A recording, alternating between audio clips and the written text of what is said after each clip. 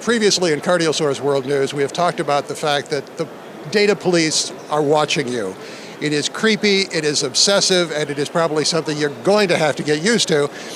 Well, we're leading into a paper that's in the April 8th, 2014 issue of JACC, and it is a state-of-the-art paper. It's called Public Reporting of Clinical Quality Data, an update for cardiovascular specialists. I'm with the author of that paper, Dr. Gregory Dehmer, who is Director of Cardiology at Baylor Scott White Health in Central Texas, and chair of the NCDR Public Reporting Advisory Group. Now, this is a really frightening thing. In the earlier article, I quoted the police song, the stalker song. Every breath you take, they're watching you. Yes. Are cardiologists feeling justified in thinking that it's a little stalker-like? At this point, I would say yes, they should begin to feel like that because there are a number of concerns about public reporting, but the reality is it's something that we're going to have to get used to. I'll just ask you, the last time you bought a major appliance, did you just walk into the store and say, no, of course not. You tried to do some research, probably online. You looked for online reviews to see what was the best one. And the public is now becoming much more engaged, just like they go and look for an online review of a refrigerator.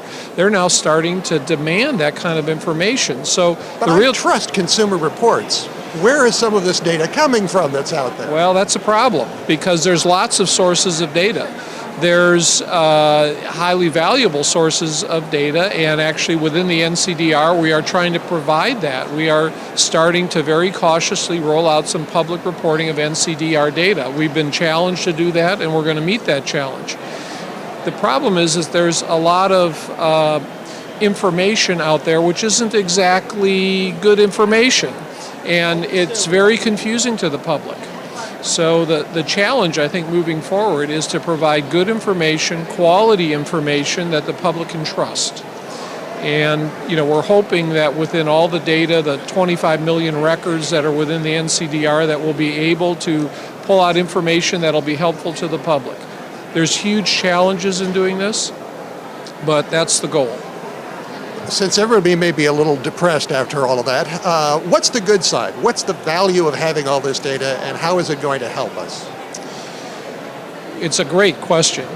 So the value of the data is, I think the public's right to know that their physicians are going to do a good job. Nobody really expects their physician, I think, to be perfect, to score 100% on everything, but you certainly want to know if your physicians are not doing an adequate job. And part of the whole thing about shining the light on this is that it will stimulate, and there's been some data has started to emerge that when in certain states where public reporting is much more common than it is across the country, that you have seen improvements in the use. An example that we actually give in the paper is in the state of Minnesota.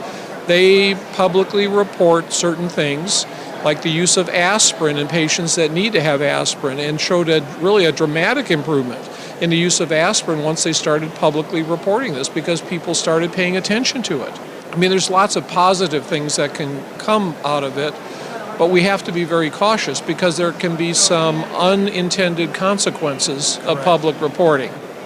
If it's not done correctly, then the physicians can recoil and become very risk adverse because they're afraid that if they do have a patient that has a bad outcome, and this is cardiology, we deal with some very risky things in cardiology, and although we'd love to help every single patient that comes our way, sometimes their disease burden is just too great, and despite the best efforts of honest, well-meaning physicians, the patient doesn't do well.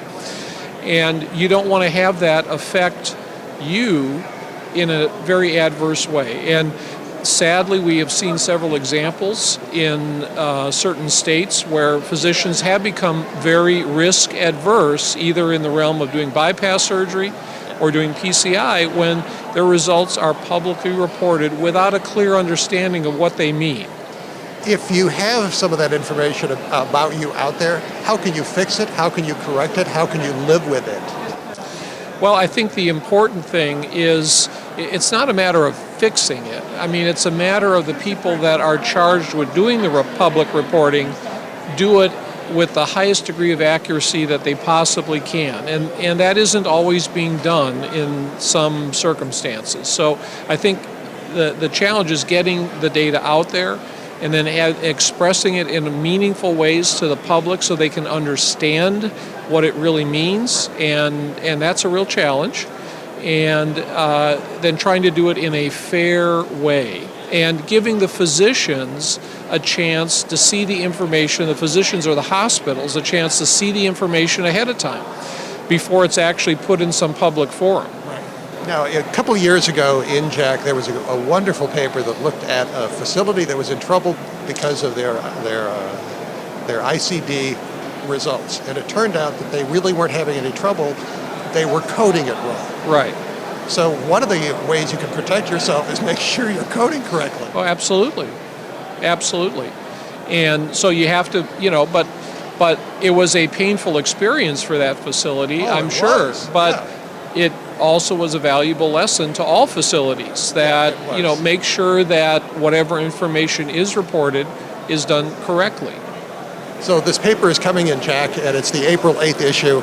And first, congratulations and thank you. Thank you. This is an area that I've been interested in for a while, and it is frustrating. So to talk with you about it, you have some optimism that this is going to work out in the long run? I have, how shall I say, some tempered optimism. I think I would put it as more some realism that this is going to happen. I mean, the element of public reporting was part of those 1,100 pages in the Affordable Care Act. It is going to happen. The government is going to do it with or without the engagement of the physicians. I think the moving forward, I'm optimistic that if we can partner with the right people, that we can get it. We can get it done correctly in a way that's honest and fair and will really help more than it will hinder. That's the challenge. So I'm optimistic may not be the right word. I'm keeping my fingers crossed that we can actually do it and do it well and do it right. So it helps not only patients, but also helps physicians improve. Well, it is a good state-of-the-art paper. Please look at the April 8th issue of JACC for this particular paper by Dr. Dehmer. For CardioSource World News, I'm Executive Editor Rick McGuire.